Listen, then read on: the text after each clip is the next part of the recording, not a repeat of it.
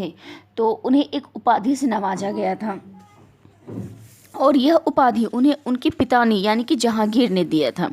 और उनकी जो ये उपाधि है उसे कहते हैं अबुल मुजफ्फर शहाबुद्दीन मोहम्मद साहिब ए किनरा सानी शहंशाह बादशाह गाजी। यह उपाधि दी गई थी उन्हें उनके पिता के द्वारा। शाहजहाँ की बात करें तो शाहजहाँ का जन्म होता है 5 जनवरी 1592 ईस्वी में लाहौर में। लाहौर जो कि अभी के समय में पाकिस्तान में स्थित है। उनके पिता का नाम था जहांगीर और माता जो कि एक राजपूत रमणी थी, उनका नाम था जगत गोसाई, जिसे कि जोधा बाई या फिर मान बाई इन सारे नामों से भी जानते हैं हम लोग। इनका विवाह हुआ था अर्जुमंद बानो से। अर्जुमंद बानो को बाद में इन्होंने नाम बदल के मुमताज़ रख दिया था। इनका शासनकाल यानी कि जब ये सिंहासन पे बैठते हैं तो उस दिन का समय इतिहासकारों के अनुसार बताया गया है 8 नवंबर 1627 से लेकर 2 अगस्त 1658 ईस्वी तक के काल को शाहजहाँ का काल मानते हैं। इनके समय में वास्तुकला, स्थापत्य कला, इन सारी शैलियों का, इन सारी कलाओं का काफ़ी ज़्यादा उत्कर्ष देखने को मिलता है। जैसे कि विश्व प्रसिद्ध ताजमहल का निर्माण भी शाहजहाँ के शासनकाल में ही हुआ था। इसके अलावा लाल किला जो कि दिल्ली में स्थित है, मोती मस्जिद, आगरा का मोती मस्जिद और दिल्ली का जामा मस्जिद, ये सारे किले जो हैं ये वास्तुकला की दृष्टि से बहुत ही श्रेष्ठ माने जाते हैं। और इन सभी किलों का निर्माण शाहजहाँ के शासनकाल में शाहजहाँ के द्वारा करवाया गया था। यहाँ बताया जा रहा है कि मुगल शासक शाहजहाँ को दुनिया के 7 अजूबों में से एक ताजमहल के निर्माण के लिए याद किया जाता है, और इसे उन्होंने बनाया था अपनी प्रिय बेगम मुमताज़ महल की याद में। इस खूबसूरत इमारत का निर्माण करवाया था उन्होंने।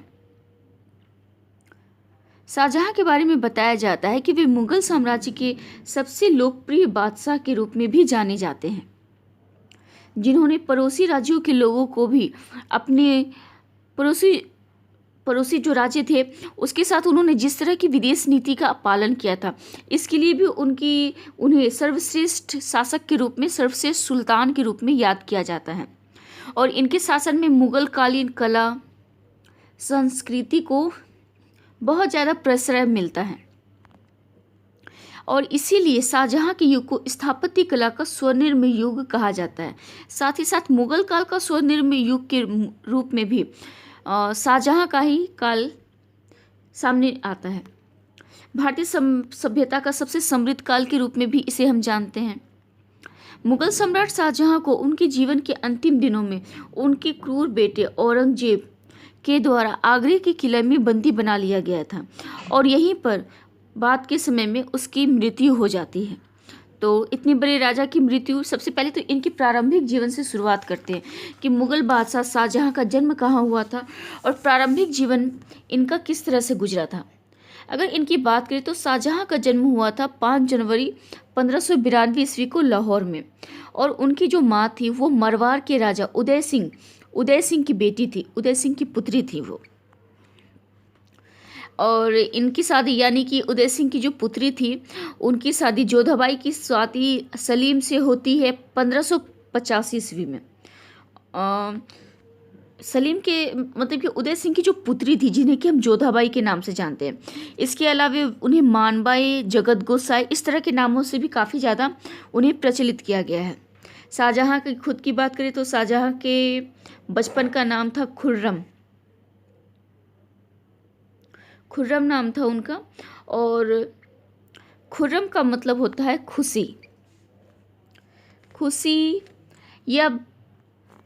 यह नाम उन्हें उनके दादाजी के द्वारा यानी कि अकबर के द्वारा दिया गया था। और शाहजहाँ का जो पालन पोषण होता है वो अभी अकबर के ही देखरेख में होता है, क्योंकि उन्हें अपने पोते से काफ़ी ज़्यादा लगाव रहता है। अकबर की एक पत्नी रहती हैं, उनकी स्त्री का नाम रहता है रुकैया बेगम। तो अकबर की जो स्त्री थी रुकैया बेगम, उन्हीं की देखरेख में शाहजहाँ की सारी शिक्षा दीक्षा और जो भी तरह के उन्हें शिक्षा दी जाती थी, जैसे कि सैनिक शिक्षा, हथियारबंद, इन सभी चीज़ों की देख रेख अकबर की स्त्री रुकैया बेगम के द्वारा ही किया जाता था। इसके अलावा खुद अकबर भी उनके शिक्षा में काफ़ी ज़्यादा अभिरुचि लेते थे, क्योंकि अकबर अपने पोते शाहजहां खुर्रम को बहुत ज़्यादा प्यार करते थे। खुर्रम बचपन से ही बहुत ही कुशाग्र बुद्धि के थे। उन्हें फारसी साहित्य में बहुत ज़्यादा इंटरेस्ट था। फारसी साहित्य के अलावे वे तुर्की और हिंदी, इन सारी चीज़ों का भी ज्ञान उनके पास था। लेकिन ये सारे जो विषय थे, यानी कि साहित्यों के अलावा उसे अस्त्र शस्त्र और सैनिक जीवन में बहुत ही ज़्यादा रुचि थी। और उसका दृष्टिकोण जो था एक सैनिक के दृष्टिकोण की तरह था, मतलब कि काल्पनिक दुनिया में रहना वो पसंद नहीं करते थे। उन्होंने यथार्थवादी सोच को अपनाया था। जब वो बड़े हुए तो बड़े होने के बाद किशोरावस्था में जब वे एक सुयोग्य सैनिक बन गए थे, और जब खुसरो का विद्रोह हुआ था, यानी कि जहांगीर विद्रोही राजकुमार का पीछा करते हुए जब पंजाब गए थे, उस समय जहांगीर ने उसे नाम मात्र के लिए आगरा का कार्यभार सौंपा था, और उस सिचुएशन में भी उन्होंने अपनी प्रतिभा का भलीभांति परिचय दिया था। इसके अलावा बाद के समय में उसे मनसब भी प्रदान किया जाता है, और जहांगीर ने उसे बाद में हिसार फिरोजा की जागीर भी प्रदान कर दी थी। बाद में उनका वैवाहिक जीवन की बात करें तो वैवाहिक जीवन में उनकी शादी होती है अर्जुन मंदबानो बेगम से। अर्जुन मंदबानो बेगम कौन थे? अर्जुन मंदबानो बेगम थे नूरजहां के भाई की बेटी। नूरजहां के भाई का नाम था आसफ खां। सभी जानते हैं कि जब जहांगीर का शासनकाल हुआ रहा था, तो उस समय नूरजहां, आसफ खान और उनके पिता एतमाद-दौला का वर्चस्व काफ़ी ज़्यादा बढ़ गया था। और इन चारों ने मिलके एक गुट का निर्माण किया था, जिसमें कि नूरजहां और शाहजहां, इन दोनों ने अपना महत्वपूर्ण रोल निभाया था। लेकिन बाद के समय में शाहजहां का अपनी सौतेली माँ यानी कि नूरजहां से टकराव हो जाता है, विरोध हो जाते हैं, उन दोनों में संघर्ष की स्थिति पैदा हो जाती है, और शाहजहां इस गुट को छोड़ देते हैं। अब यह बताया जा रहा है कि शाहजहां के उसके खुद के पिता जहांगीर से बेहद तनावपूर्ण रिश्ते थे। तनावपूर्ण रिश्ते होने का एक कारण था, सबसे बड़ा कारण यह था कि जहांगीर जो थे वो अपनी बेगम, जिनका कि नाम नूरजहां था, नूरजहां की कूटनीतियों को बहुत ज़्यादा प्रश्रय देते थे, बहुत ज़्यादा मानते थे। और नूरजहां का राजनीति में बहुत ही ज़्यादा हस्तक्षेप हुआ करता था, जो कि शाहजहां को पसंद नहीं आता था। और शाहजहां जो कि सबसे पहले नूरजहां को पसंद किया करते थे, जब वे बड़े होने लगे और देखा कि राजनीति में नूरजहां का हस्तक्षेप काफ़ी ज़्यादा है और केंद्रीय सत्ता जो है नूरजहां के हाथों में आके सिमट गई है, तो इस कारण से उनके पिता के साथ यानी कि शाहजहां का जहांगीर के साथ जो रिश्ते थे, आपसी संबंध थे, वो काफ़ी तनावपूर्ण स्थितियों से गुजरते रहते थे। जहांगीर का तो कहना भी था, जहांगीर ने अपने सहयोगियों को कहा था कि मुझे दिन भर में 1 सेर मदिरा और आधा सेर मांस से अधिक और कुछ भी नहीं चाहिए। मैं इन सभी चीज़ों के अलावा और किसी भी चीज़ की इच्छा नहीं रखता, और मैंने अपने राज्य की कुंजी अपनी पत्नी, अपनी बेगम नूरजहां के हाथों में सौंप दी है, और मैं निश्चिंत हो गया हूँ। तो उसकी इस तरह की बातों से यह साफ झलकता है कि किस तरह से नूरजहां का प्रभाव उस समय के तत्कालीन समाज में, तत्कालीन राजनीति में देखने को मिलता है। जिस तरह से जहांगीर ने अपने पिता अकबर के साथ विद्रोह किया था, बगावत की थी और मुगल साम्राज्य को हथियाया था, उसी तरह से शाहजहां ने भी अपने पिता जहांगीर के साथ छल कपट किया था। अकबर ने क्या किया? जब अकबर ने देखा कि जहांगीर में वो क्वालिटीज़ नहीं है जो कि बहुत अच्छे शासक सुल्तान के रूप में गद्दी संभाल सके, तो उनका सारा ध्यान उनके पोते शाहजहां की तरफ गया था। और कुछ समय के लिए तो यह सोचा भी जाने लगा था कि अकबर के बाद उनका पोता शाहजहां बनेगा, सुल्तान बनेगा।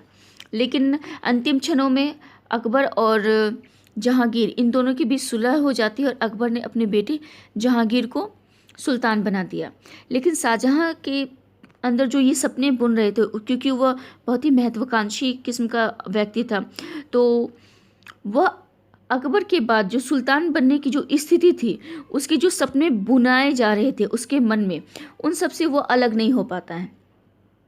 और इसीलिए इसी चाह की पूर्ति के लिए बाद के समय में उसका अपने पिता के साथ झड़प भी हो जाती है और उसने अपने पिता जहांगीर के साथ थोड़ी बहुत कूटनीतियों का सहारा भी लिया। अब देखते हैं मुगल सिंहासन के उत्तराधिकारी के रूप में शाहजहां का नाम किस तरह से लिया जाता है। शाहजहां की सौतेली मां नूरजहां बिल्कुल नहीं चाहती थी कि शाहजहां मुगल सिंहासन पर विराजित हो। वहीं शाहजहां ने भी नूरजहां की साजिश को समझा और 1622 ईस्वी में आक्रमण कर दिया था। हालांकि इसमें वह कामयाब नहीं हो पाया क्योंकि इसका पता नूरजहां को चल गया था और नूरजहां की स्थिति उसमें काफ़ी ज़्यादा शक्तिशाली मानी जा सकती है और शाहजहां तो उसके सामने में बच्चा ही था। तो नूरजहां ने इस समय में शाहजहां के विद्रोह को दबा दिया। शाहजहां को कामयाबी नहीं मिल सकी। इसके बाद मुगल सम्राट जहांगीर की जब मौत हो जाती है, जब मृत्यु हो जाती है, तो शाहजहां ने अपनी बौद्धिक क्षमता जो है उसका परिचय दिया और अपने ससुर जो कि आसफ खां थे, आसफ खां को अपनी तरफ मिलाया। आसफ खां शुरू से ही अपने दामाद को सुल्तान बनते हुए देखना चाहते हैं। इसके बारे में मुअत्तमिद खां ने लिखा है कि आसफ खां ने बनारसी दास नामक विश्वस्त दूत को शाहजहां के पास भेजा। ये बात कही जा रही है जहांगीर की मौत के समय की, जिसमें कि जहांगीर की अचानक से मृत्यु हो जाती है और शाहजहां उस समय दक्षिण में रह रहा होता है। तो उस समय के बारे में मुअत्तमिद खां ने लिखा है। उन्होंने कहा है कि आसफ खां ने बनारसी दास नामक एक विश्वस्त दूत को शाहजहां के पास भेजा जो इस समय दक्षिण में था। उसने शाहजहां से शीघ्र आने के लिए कहा और इसके अलावे उसने एक दूसरा भी बहुत ही चतुराई भरा काम किया था और वह काम था सिंहासन खाली नहीं रखना। यानी कि जब मृत्यु हो जाती है जहांगीर की तब तो सिंहासन खाली हो जाता है। इससे राजनीति में क्या होता, अव्यवस्था फैल जाता। तो उसने जल्दी जल्दी में कुछ सरदारों को अपनी तरफ मिलाया और खुसरो का एक बेटा था जिसका कि नाम था दावर बख्श। दावर बख्श को उसकी मर्जी के खिलाफ सिंहासन पे बैठा दिया। जब अमीर को यह पता चला, यानी कि बाद के जो सरदार थे जो आसफ खां के साथ नहीं थे, जब उन्हें पता चला कि दावर बख्श को केवल अस्थायी तौर पे सिंहासन पे बैठाया गया है तो उन्होंने सिंहासन को शाहजहां के लिए सुरक्षित रखा गया है। तो वे सभी के सभी एक तरफ हो गए और आसफ खां के समर्थक बन गए वो। और जिस समय राजौरी में जहांगीर की मौत हो रही होती है, शहरयार लाहौर में था। शहरयार वह व्यक्ति था जिससे कि नूरजहां की बेटी की शादी हुई थी और इसी कारण नूरजहां ने बाद के समय में, जो कि पहले खुद चाहती थी कि शाहजहां सुल्तान बने, जब उसने अपनी बेटी की शादी शहरयार से कर दी तो वह चाहती थी कि सुल्तान के रूप में शहरयार ही बैठे। इसके लिए जब जहांगीर की मौत होती है तो शाहजहां ने क्या किया, शाहजहां ने अपने दिल्ली में जो उसके ससुर जी मौजूद थे उन्हें यह आदेश भिजवाया कि सुल्तान की गद्दी के लिए जितने भी राजवंश के दावेदार हैं उन सभी की हत्या कर दी जाए। इसी तरह से आसफ खान ने ये भी किया भी। उन्होंने क्या किया, बहुत सारे लोगों को एक साथ ही मृत्यु दे दिया, यानी कि उसके मौत के घाट उतार दिए ताकि सिंहासन का कोई भी दावेदार सामने ना आ सके और सिंहासन शाहजहां को ही मिले। इसके बाद आसफ खान ने चालाकी से दावर बख्श, होशंकर, गुरुसप, शहरयार की हत्या कर दी और इस तरह शाहजहां को मुगल सिंहासन पर बैठाया गया। यहाँ बताया जा रहा है कि किस तरह से आसफ खान ने किन किन दावेदारों को ख़त्म किया। इसमें मेन नाम तो आते हैं, वो हैं दावर बख्श, होशंकर, गुरुसप, शहरयार। इन सब की हत्या कर दी थी। ये लोग मेन दावेदार हो सकते थे। इस समय शाहजहां की अपनी जो उम्र थी वह भी बहुत कम थी और फिर भी उसे मुगल सिंहासन के उत्तराधिकारी के रूप में चुन लिया गया क्योंकि अन्य दावेदारों की मृत्यु हो चुकी थी। तो शाहजहां अंतिम विकल्प के रूप में सामने आता है।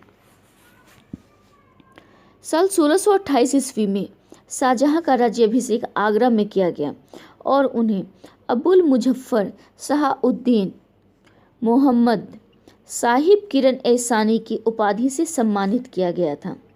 मुगल सिंहासन संभालने के बाद शाहजहां ने अपने दरबार में सबसे भरोसेमंद यानी कि अपने ससुर जी आसफ खां को 7000 सवार और 7000 जात के अलावे राज्य के वजीर का भी पद दिया था। इसके अलावे अपनी बुद्धिमत्ता का परिचय देते हुए उसने 1628 से लेकर 1658 ईस्वी तक करीब 30 साल तक शासन किया था और उसके शासनकाल को मुगल शासन काल का स्वर्ण युग या फिर भारतीय सभ्यता का सबसे समृद्ध काल के रूप में माना जाता है। आगे यहाँ बताया जा रहा है कि स्थापत्य एवं वास्तुकला का जो प्रेम था, शाहजहां का जो धार्मिक मामले का संघर्ष चल रहा था वो बीजापुर के शासक के साथ नहीं चला था, बल्कि यह चल रहा था गोलकुंडा के शासक के साथ। गोलकुंडा का जो तत्कालीन शासक था जिसका कि नाम था अब्दुल्ला कुतुब शाह एक शिया धर्म को मानने वाला इस्लामिक शासक था। और शाहजहां जो था एक कट्टर सुन्नी मुसलमान था। जब यही वह कारण था जिसने कि गोलकुंडा पर भी उसे विजय दिलाई थी। तो इसके पहले हम लोग बात कर रहे हैं भी बीजापुर के बारे में। बीजापुर में क्या हुआ था? बीजापुर में ये आदिल शाह का जो दरबार था, यानी कि बीजापुर के जो तत्कालीन शासक थे आदिल शाह के दरबार में मुगलों के साथ बीजापुर के संबंध में दो तरह के गुटों का निर्माण हो गया था। सबसे पहले जो पहला गुट था उसका नेतृत्व कर रहा था मुस्तफ़ा सहिंसा शाहजहां के साथ मित्रता अपनाना चाहता था, मित्रता का पक्ष रखता था। जबकि दूसरा जो गुट था वह मुगलों के साथ किसी भी तरह की मित्रता नहीं रखना चाहता था और इसके जो प्रधान सेनापति है उसके रूप में रंडोला खां का नाम आता है। इसके बाद भी 1631 ईस्वी में आदिल शाह ने अहमदनगर के सुल्तान को मुगलों के विरुद्ध सहायता दी थी। शाहजहां जिसे कि इन सारी चीज़ों की जानकारी थी, तो इस कारण भी वह आदिल शाह से बहुत ही ज़्यादा नाराज़ था। इसी कारण उसने अहमदनगर में क्या किया, अहमदनगर के फतेह खां को वश में कर लिया सबसे पहले तो, या फिर ऐसा कहा जा सकता है कि फतेह खान ने खुद ही अपने आप को समर्पित कर दिया था मुगलों के पास। इसके बाद मुगल सेनापति आसफ खां को बीजापुर पर आक्रमण करने के लिए भेजा गया था। आसफ खां जब पहले बीजापुर पर घेरा डालता है तो बीजापुर की जो सेना रहती है उसने मुगलों की सेना को हरा दिया था। मुगलों की सेना को अपना घेरा उठाना पड़ा था और मुस्तफ़ा ने क्या किया, आसफ खां को सतर्क कर दिया था जिससे कि मुगल सेना को पहले ही हटा लिया गया और उन्हें काफ़ी ज़्यादा क्षति का सामना नहीं करना पड़ा। लेकिन जब शाहजहां को इस असफलता के बारे में पता चलता है तो उसे बहुत ज़्यादा नाराज़गी होती है, वो बहुत असंतुष्ट हो जाता है और उसने क्या किया, आसफ खां को गद्दी से हटा दिया। उसकी जगह महावत खां को दक्षिण का सूबेदार बना दिया। इस अवसर पर क्या होता है, बीजापुर ने मुगलों के विरुद्ध जो अहमदनगर को सहायता दी जा रही थी तो उसके खिलाफ महावत खां को अहमदनगर राज्य के मुख्य किले दौलताबाद को जीतने और अहमदनगर के स्वतंत्र अस्तित्व को खत्म करने के ख्याल से भेजा। लेकिन बाद के समय में भी क्या हुआ, बाद के समय में महावत खां को भी युद्ध में बहुत ही बड़ी पराजय हासिल हुई। बाद के समय में कहा जाता है कि बीमारी और असफलता का जो धक्का लगा, मतलब कि वह महावत खां इस बात को बर्दाश्त नहीं कर पाया कि उसकी हार हो गई और इसी सोच में उसकी मृत्यु हो जाती है। इसके बाद शाहजहां का ध्यान बहुत समय तक बीजापुर की तरफ नहीं जाता है, उसने अपना ध्यान जुझर सिंह के विद्रोह की तरफ लगाया और यही सब कारण थे जिससे कि बीजापुर के विरुद्ध उसे पूर्ण रूपेण सफलता नहीं मिल पाई थी। यह वैसे भी वही समय था, बीजापुर का जो आक्रमण करने का समय था, यह वह समय था जब मुमताज महल की मौत हुई थी, उनकी मृत्यु हो गई थी अपने 14वें बेटे को जन्म देते वक्त। इस वर्ष क्या होता है कि शाहजहां ने शाहजी के विरुद्ध भी कड़ी कार्रवाई करने का निश्चय किया होता है। बीजापुर और गोलकुंडा के जो शासक हुआ करते थे उन्होंने मुगलों की अधीनता स्वीकार करने को तैयार नहीं हुए थे और ऐसा नहीं करने पर उन पर सैनिक आक्रमण की बार बार धमकी भी दी जाती थी। तो ये सब कारण था। तो इस तरह से हमने देखा एक संधि भी हुई थी इनके बीच, यानी कि इन दोनों के बीच में एक संधि हुई थी जिसमें कि शाहजहां ने कुछ शर्तों को दिया था। उसमें सबसे पहले तो दिया ये था कि बीजापुर जो है, जो कि मुगल आधिपत्य को स्वीकार कर लेता है, तो 29 लाख रुपए प्रति वर्ष मुगलों को देना होगा एज ए टैक्स। इसके अलावा बीजापुर एक और वादा करता है। यह वादा करता है कि शाहजी भोंसले, चुनार और त्रिम्बक के किले मुगलों को ना सौंपे तो वह इन्हें प्राप्त करने में मुगलों की सहायता करेगा। यानी कि दोनों के बीच दोस्ती हो जाएगी, तो सैन्य शक्ति जो है उसका आदान प्रदान किया जाएगा। बीजापुर ने गोलकुंडा से मित्रता और उससे होने वाले अपने झगड़ों का निर्णय मुगल सम्राटों के द्वारा करवाने का वादा किया था। इसके अलावा इस संधि में सबसे अंतिम बात यह बताया गया था कि शाहजहां ने स्वेच्छा से परनेर, विदर, गुलबर्गा, सोलापुर ये सारे स्थान बीजापुर को दे दिए थे। तो इस तरह से हम लोग यह देख रहे हैं कि बीजापुर ने किस तरह से मुगल आधिपत्य को स्वीकार किया। और इसी साल क्या होता है कि गोलकुंडा से भी मुगलों की संधि हो जाती है। गोलकुंडा जो कि एक अलग लेकिन उर्वरक की दृष्टि से बहुत ही महत्वपूर्ण स्थान रखता था।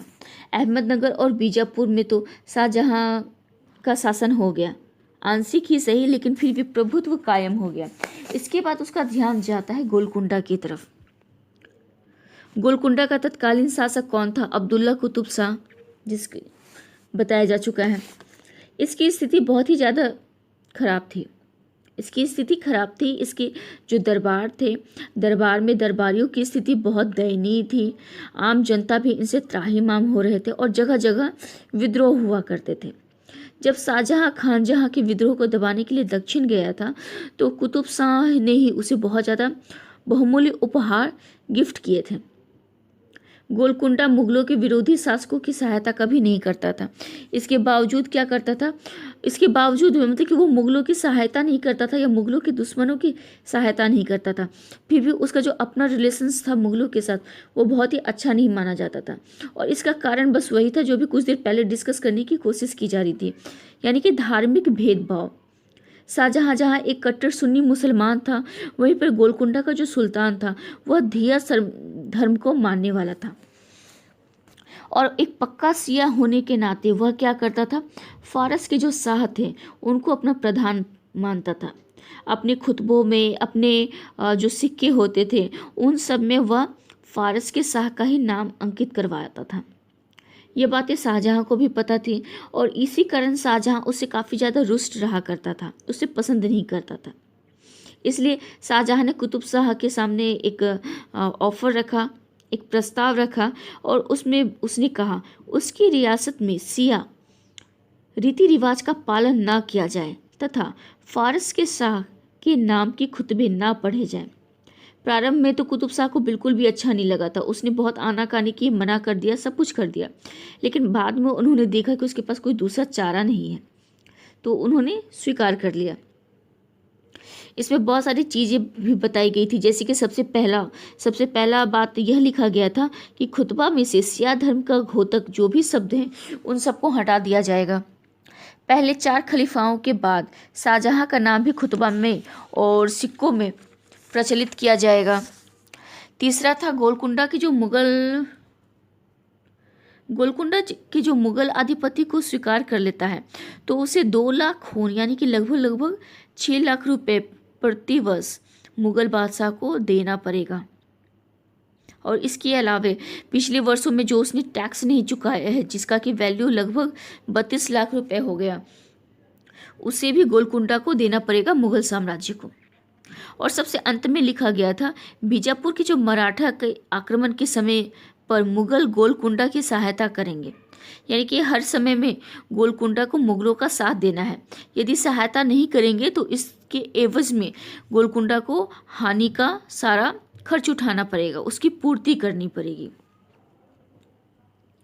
अहमदनगर को साम्राज्य में मिलाने के बाद बीजापुर एवं गोलकुंडा से मुगल सम्राट की जो शर्तें होती वो शर्तों के बारे में भी बताया गया, यानी कि खुतबे और सिक्के इन दोनों पर अपना नाम अंकित करवाना।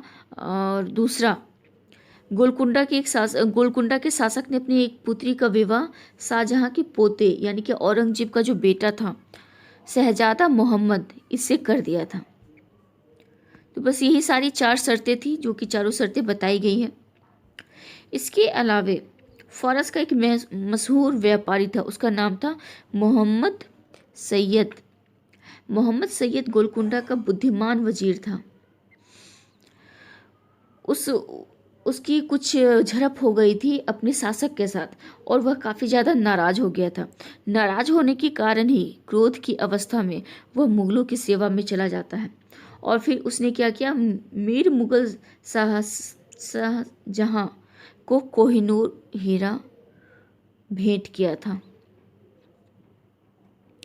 1636 ईस्वी में 5वें मुग़ल बादशाह शाहजहाँ ने बीजापुर के शासक आदिल शाह द्वारा मुग़ल साम्राज्य की अधीनता ही नहीं स्वीकार करवाई, बल्कि उसे संधि करने के लिए भी मजबूर कर दिया था। संधि की शर्तों के मुताबिक सुल्तान हर 20 साल रुपए कर के रूप में देने का वादा किया। इसके बाद यहाँ बताया जा रहा है कि इसके अलावा गोलकुंडा को परेशान ना करना, शाहजी भोंसले की मदद ना करना भी संधि की शर्तों में शामिल किया गया था और शाहजहां ने जबरदस्ती संधि करने के बाद अपने बेटे औरंगजेब को दक्षिण का राज प्रतिनिधि बना दिया था। औरंगजेब ने क्या किया, औरंगजेब को मुगलों के द्वारा दक्षिण में जो प्रदेश जीते गए थे उसने औरंगाबाद में वहाँ पर एक राजधानी बना दी और इसके बाद औरंगजेब को उसके भाई जिसका कि नाम था दारा सिको उसका जब विरोध शुरू हो गया उत्तराधिकारी के लिए, तो मजबूरन दक्कन का राज प्रतिनिधि पद छोड़ना पड़ा, इस्तीफा देना पड़ा। हालांकि इस समय क्या होता है कि उसे गुजरात का शासक बना दिया जाता है और बाद में औरंगजेब को फिर से कंधार, बल्ख इन सारी जगहों पर आक्रमण के लिए भेजना पड़ता है। अब आगे बताया जा रहा है कि औरंगजेब को साल 1652 से 1657 में दक्षिण की सूबेदारी दी गई थी। यहाँ पर शाहजहाँ के बेटा औरंगजेब ने दक्षिण में मुर्शीद कुली खां की मदद से यहाँ की अर्थव्यवस्था और लगान को बहुत मजबूती और सुदृढ़ता दी थी। इसके बाद दिखाया जा रहा है कि इसके बाद शाहजहाँ के शासनकाल के दौरान मुगल शासकों ने गोलकुंडा के शासक कुतुब शाह को संधि करने पर विवश कर दिया, जिसके बाद क्या होता है कि मुगल साम्राज्य को गोलकुंडा से ही दुनिया का सबसे बड़ा हीरा विक्रेता के बाजार के रूप में जाना जाता है।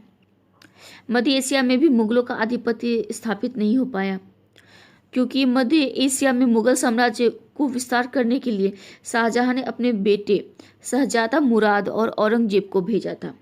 तो मध्य एशिया का जो क्षेत्र है वहाँ पर शाहजहाँ जैसा महत्वाकांक्षी शासक उसने उस पर कब्जा जमाने के लिए और अपनी सत्ता को वहाँ पर प्रसार करने के लिए वो काफ़ी ज़्यादा उत्सुक था, बहुत ज़्यादा तैयारी में था, बहुत खुश था वो इस बात से, क्योंकि वह कंधार को मुगल साम्राज्य का वैधानिक अंग मानता था।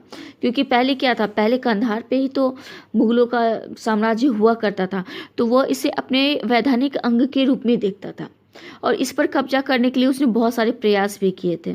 कंधार की ओर कुछ दिनों तक अपना ध्यान आकृष्ट भी किया था और उस समय कंधार का प्रांतीय शासक जिसका कि नाम था अली मर्दन खां अपने स्वामी फारस के जो शाह थे उसे कुछ ज़्यादा रुष्ट हो गया था, यानी कि असंतुष्ट हो गया था। तो उसने क्या किया, शाहजहाँ के साथ अपनी स्वामी भक्ति दिखानी शुरू की और शाहजहाँ ने अली मर्दन खां को अपनी तरफ मिला लिया और काबुल के जो प्रांतीय शासक थे सईद खां के द्वारा उसे अपने पक्ष में कर लिया। लेकिन बहुत ही ज़्यादा सफलता मिलती नहीं है। जब उसने कंधार पर चढ़ाई की थी, यानी कि आक्रमण किया था, तो अली मर्दी खान ने अपनी सुरक्षा का प्रबंध कर लिया था। सिर्फ प्रबंध ही नहीं किया था, बल्कि वह जो फारस का जो शाह था जिससे कि उसकी बिल्कुल भी नहीं बन रही थी, उससे उसने मदद लिया था। लेकिन फारस के शाह का भी अपना निहित स्वार्थ था, उसने इसका बहुत ही गलत मतलब निकाला और अली मर्दन खां को पकड़वाने के लिए अपने सैनिकों को भेज दिया। यह शाह की बहुत बड़ी भूल थी। अगर वो उस समय अली मर्दन खां को मदद कर देता तो शायद शाहजहाँ का कुछ समय के लिए काबुल पर आधिपत्य भी कायम नहीं होता।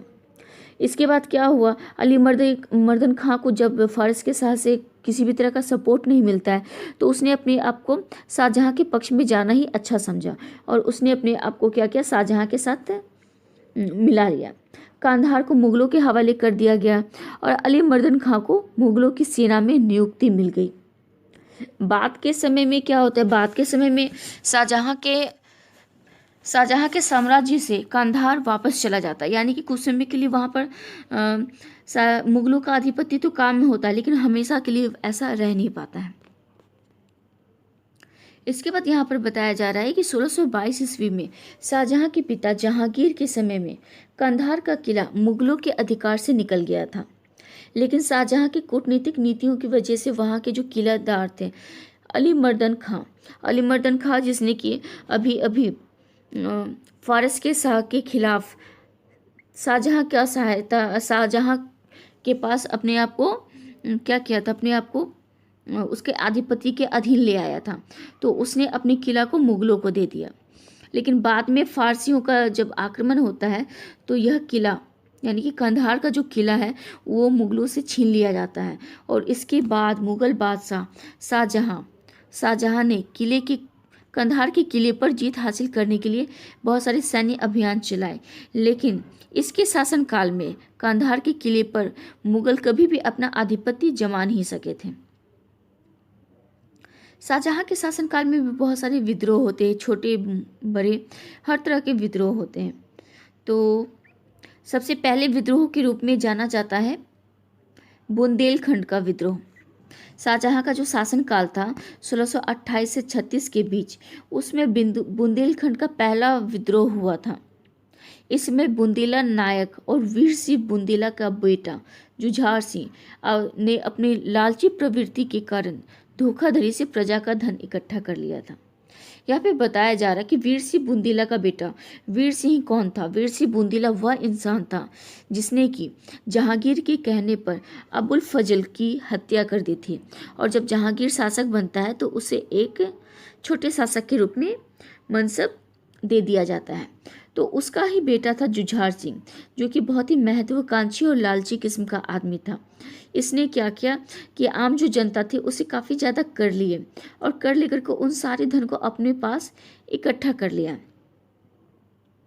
जब इस सब चीज़ों की जानकारी शाहजहाँ को मिलती है तो उसने क्या किया, शाहजहाँ ने जुझार सिंह पे आक्रमण कर दिया, और उसे यानी कि जुझार सिंह को आत्मसमर्पण करके माफ़ी मांगनी पड़ी। उसी समय यह विद्रोह पूरी तरह से ठंडा हो जाता है।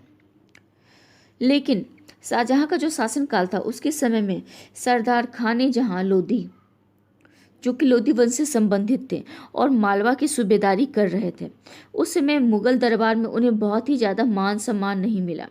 मान सम्मान नहीं मिलने के कारण उसकी वजह से उन्होंने मालवा में विद्रोह कर दिया था। इसके बाद शाहजहाँ के बारे में कहा जाता है कि इसके अलावा यानी कि इन दोनों विद्रोहों के अलावा शाहजहाँ को सिखों के गुरु हरगोविंद सिंह के भी विद्रोह का सामना करना पड़ा था, और इसके लिए इसका जो कारण था बहुत ही छोटा सा कारण था। कहा जाता है कि शाहजहाँ के पास एक बाज था जो कि उड़ते उड़ते कहाँ चला गया, हरगोविंद सिंह के उनका जो अपना कैंपस हुआ करता था जिसमें कि बहुत सारे शिष्य रहते थे और बहुत सारे लोगों का काम वाम हुआ करता था। तो उस बड़े से पोर्शन पे बाज उड़ के चला गया, और गुरु के जो सहयोगी थे उन्होंने क्या किया, उस बाघ को पकड़ लिया। उस बाज को पकड़ने से क्या हुआ, बाज शहंशाह ने जब फरमान भिजवाया कि उसके बाज को वापस कर दिया जाए तो शिष्यों ने मना कर दिया, यानी कि सिख के जो गुरु थे उनके जो शिष्य थे उन्होंने मना कर दिया। दोनों के बीच युद्ध हुआ।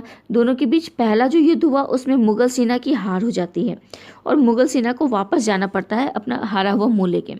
इससे शाहजहाँ को बहुत दुख होता है, क्योंकि बाद के समय में क्या होता है कि शाहजहाँ के दरबार में जो अधिकारी रहते हैं, जिनका कि संबंध रहता है सिखों से, उन लोगों ने बीच बचाव किया और मुगलों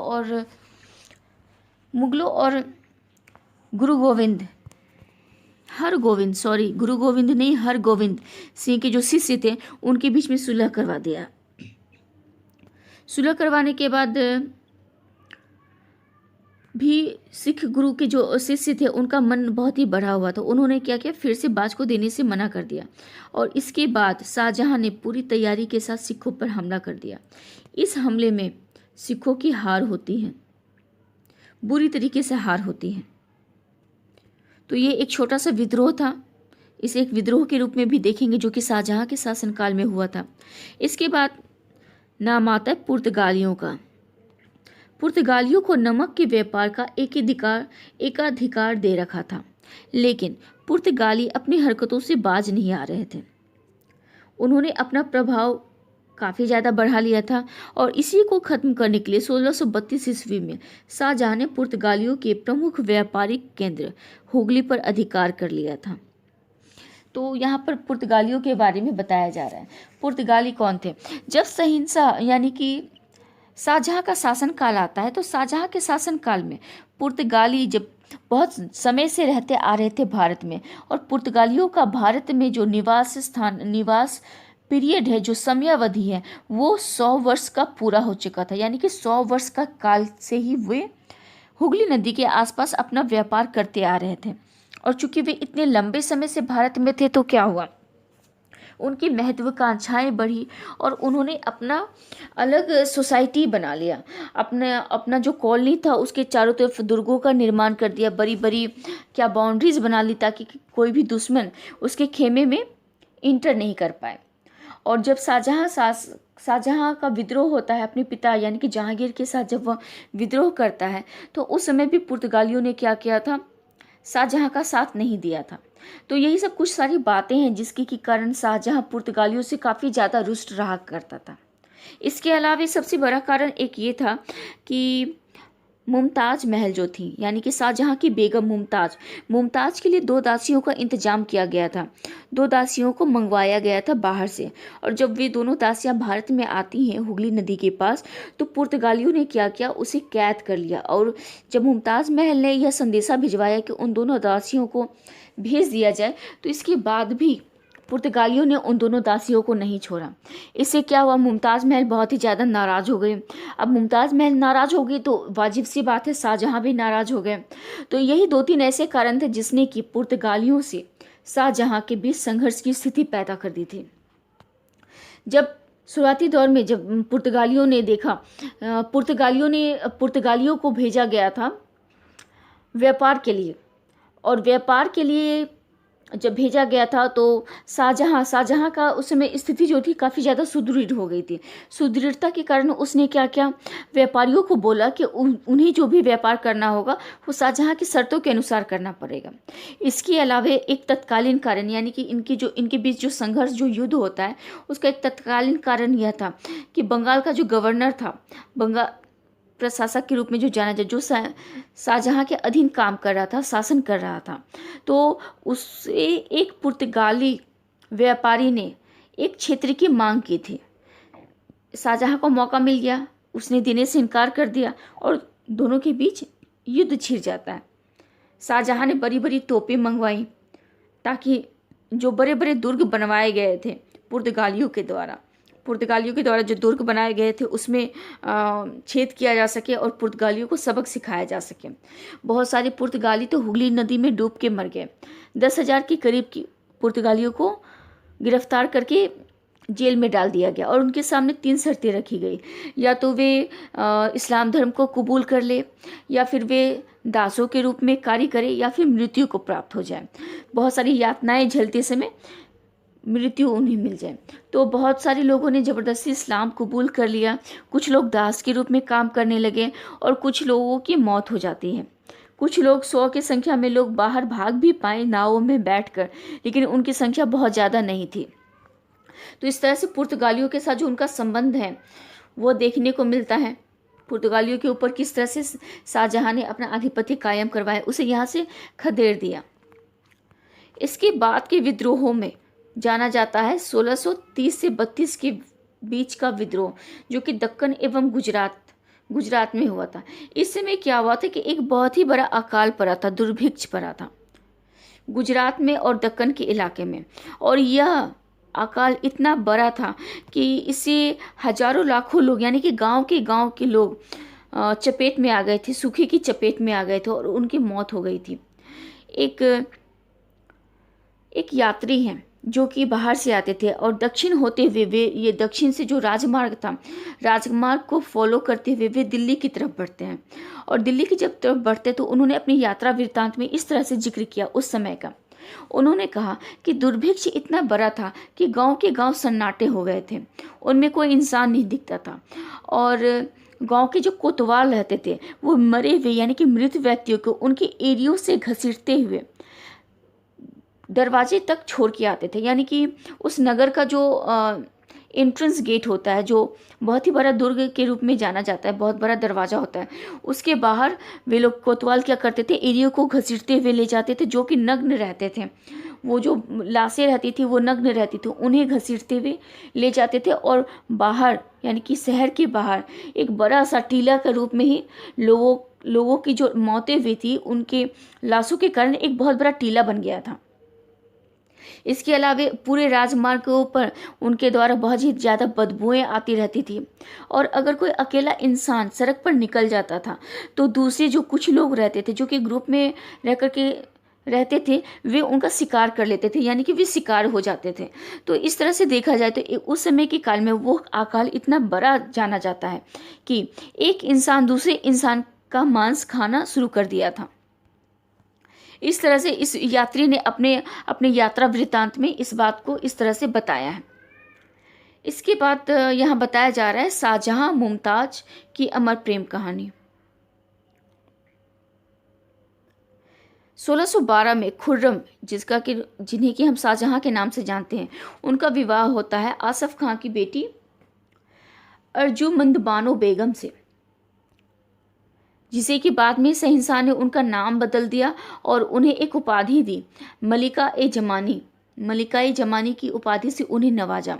हालांकि शाहजहां की बहुत सारी पत्नियां और भी थीं, लेकिन मुमताज महल जो थी उनकी सबसे प्रिय पत्नी के रूप में जानी जाती हैं। वे बेहद ही खूबसूरत थी और शाहजहां भी उनकी खूबसूरती से बहुत ही ज़्यादा प्रभावित थे और इसी कारण उन्होंने अपनी पत्नी का नाम अर्जुमंद बानो बेगम से बदलकर मुमताज़ रख दिया था। मुमताज़ का शाब्दिक अर्थ होता है महल का सबसे कीमती नगीना। कहा जाता है कि मुमताज़ से शाहजहां इस कदर प्रेम करते थे कि वह उनसे बिल्कुल भी दूर नहीं रह सकते थे और उन्हें वे अपने हर दौरे में अपने साथ ले जाया करते थे। यही नहीं, राजकाज के जो कार्य होते थे उनमें भी वे मुमताज महल की सलाह लिया करते थे। कई इतिहासकारों की बात करें तो उनके मुताबिक मुमताज की मुहर के बगैर शाही फरमान तक जारी नहीं किए जाते थे। यानी कि नूरजहां के बाद यहाँ पर मुमताज की जो स्थिति है वह मुगल काल में देखने को मिलती है, काफ़ी शक्तिशाली महिला के रूप में। मुमताज महल की मौत उस समय होती है जब वे अपने 14वें बच्चे को जन्म दे रही होती हैं, उसी समय उनकी मौत हो जाती है। मुमताज़ महल की सबसे बड़ी खासियत यह थी कि वह अपने प्रति के यानी कि उनके जो पति थे उसके प्रत्येक सुख और दुख में हमेशा ही उनके साथ रहती थी।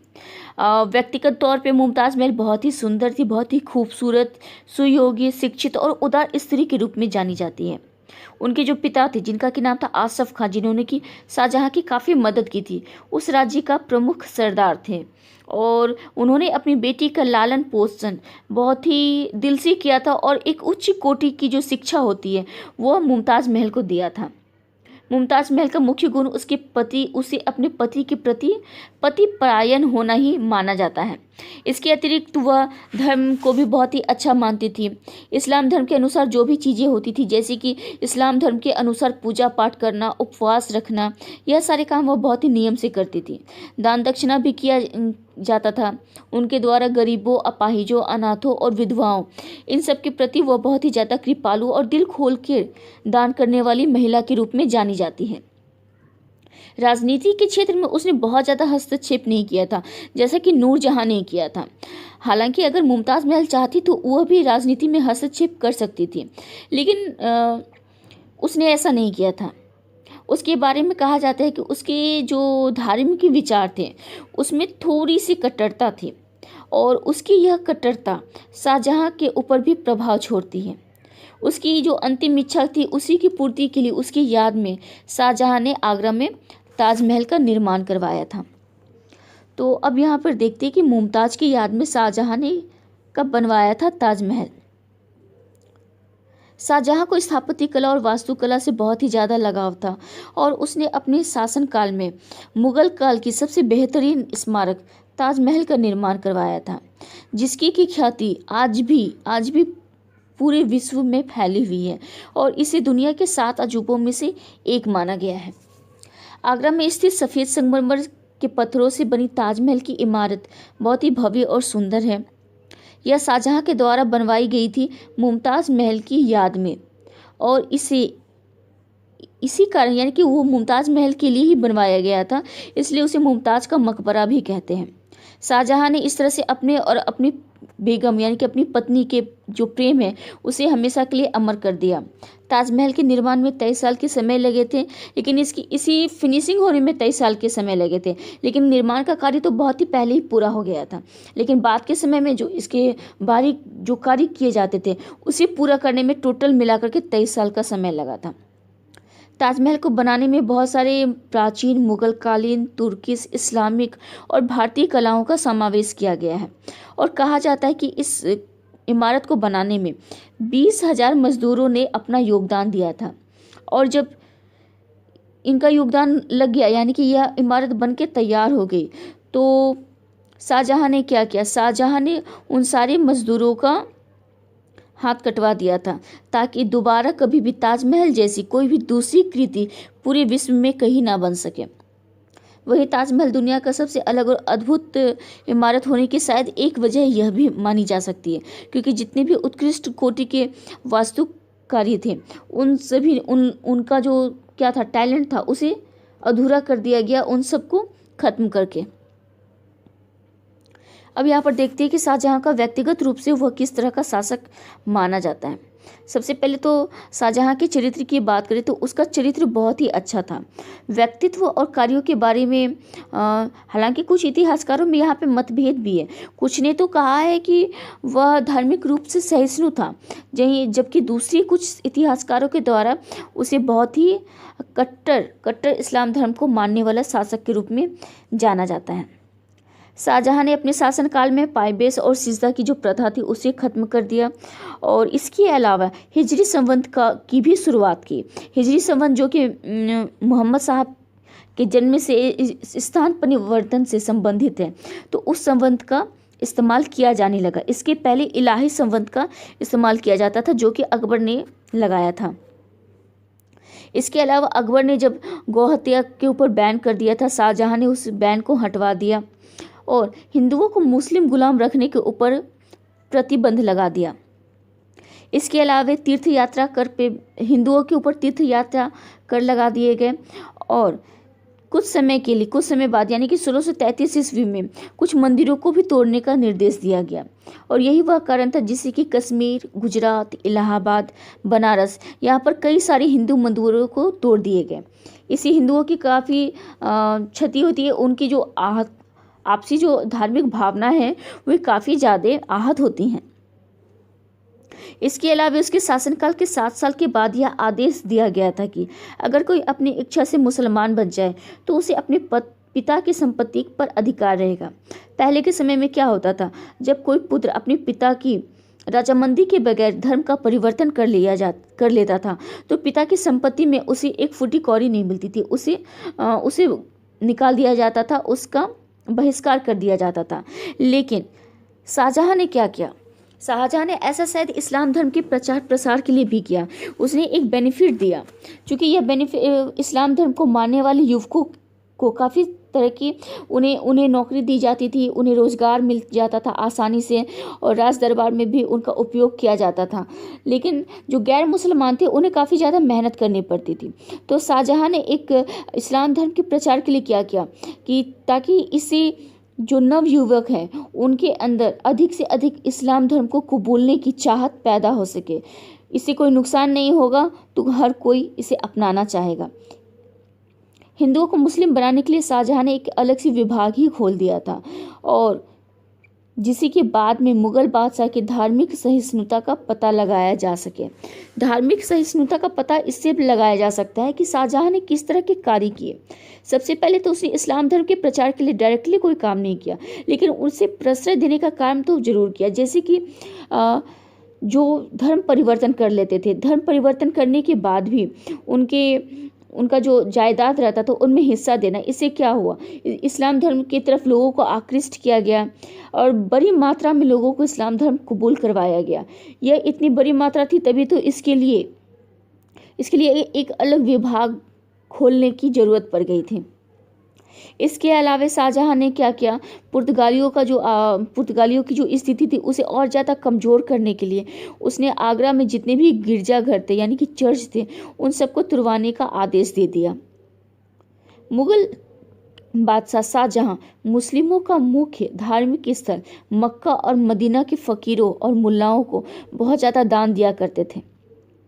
हालांकि अपने धर्म के प्रति बहुत ज़्यादा सहिष्णु होने के बाद भी मुगल सम्राट ने क्या किया, अपने शासनकाल में हिंदू राजाओं को थोड़ी बहुत छूट दी।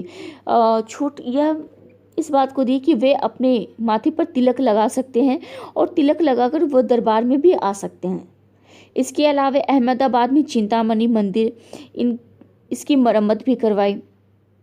जगन्नाथ गंगा लहरी उसके मुख्य राजकवि थे जो कि हिंदू संप्रदाय से संबंध रखते थे, जबकि कविंद्राचार्य आयर, सुंदरदास, चिंतामणि, इन सारे लेखकों की बात करें तो जो वो हिंदू लेखक थे फिर भी वे शाही दरबार में इम्पोर्टेंट स्थान रखते थे।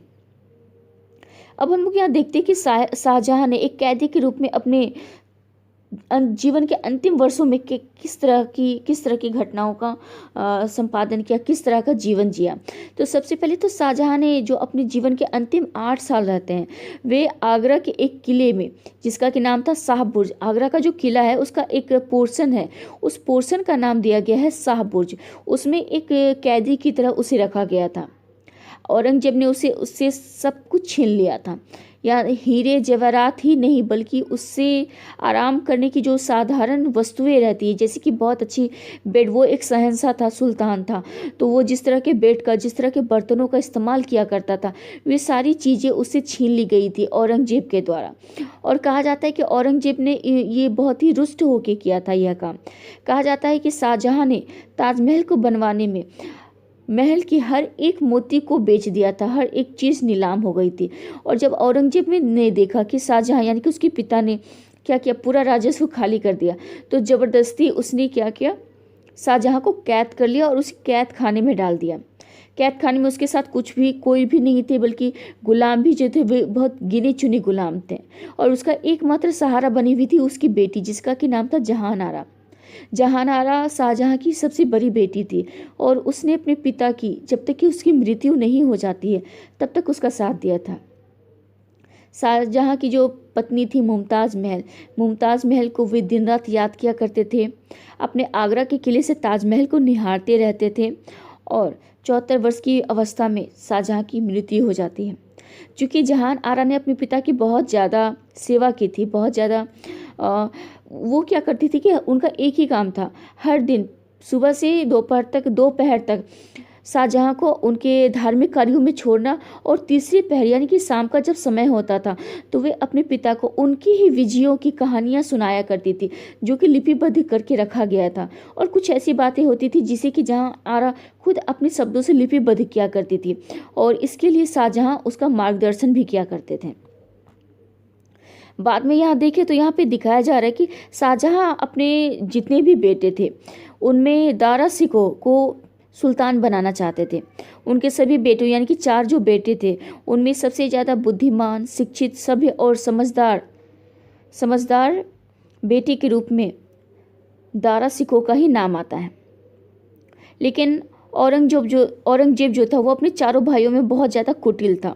उसने अपने पिता की जो सोच थी उसके खिलाफ जाते हुए सबसे पहले तो अपने भाइयों में बहुत ही ज़्यादा कूटनीति का इस्तेमाल किया।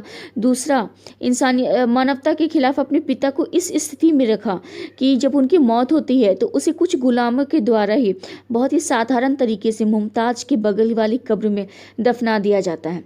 यानी कि उसका जो अंतिम संस्कार किया गया था वह भी बहुत ही अच्छी तरीके से नहीं किया गया था, एक सुल्तान की तरह उसका संस्कार नहीं किया गया। तो इस नाते औरंगजेब की जो अपनी स्थिति है वो बहुत ही अच्छे शासक के रूप में उसे नहीं गिना जा सकता है। इतिहासकारों के अनुसार क्रूर पुत्र औरंगजेब ने शाहजहां को आगरे के किले में कैद कर लिया था और 8 साल तक शाहजहां इस किले के शाह बुर्ज में एक बंदी की तरह गुजारे।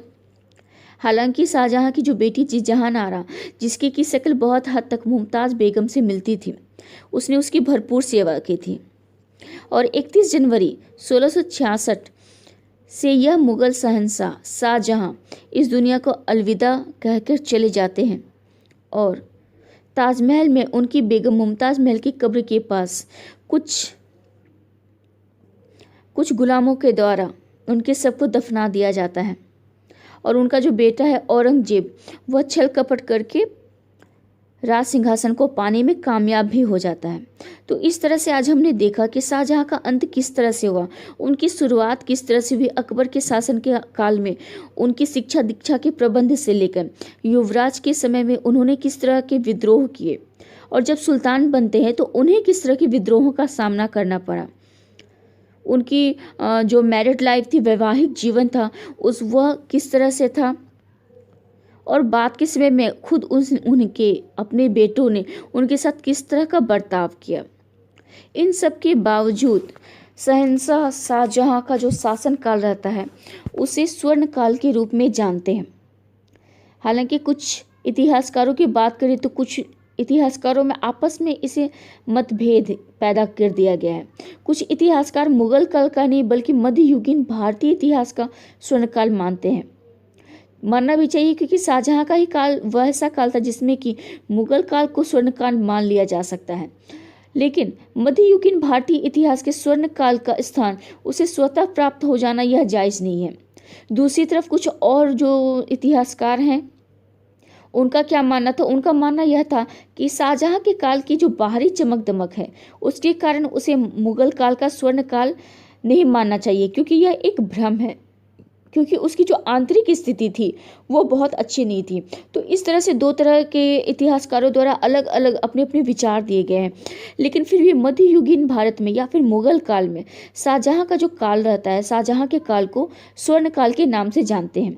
और इस काल में, इस स्थिति में, इस समय में मुगल काल ने वास्तुकला के क्षेत्र में अभूतपूर्व प्रगति की थी और यही एक वो कारण था जिसके के कारण इसे स्वर्णकाल के रूप में रखा गया है। तो इस तरह आज हमने देखा शाहजहाँ के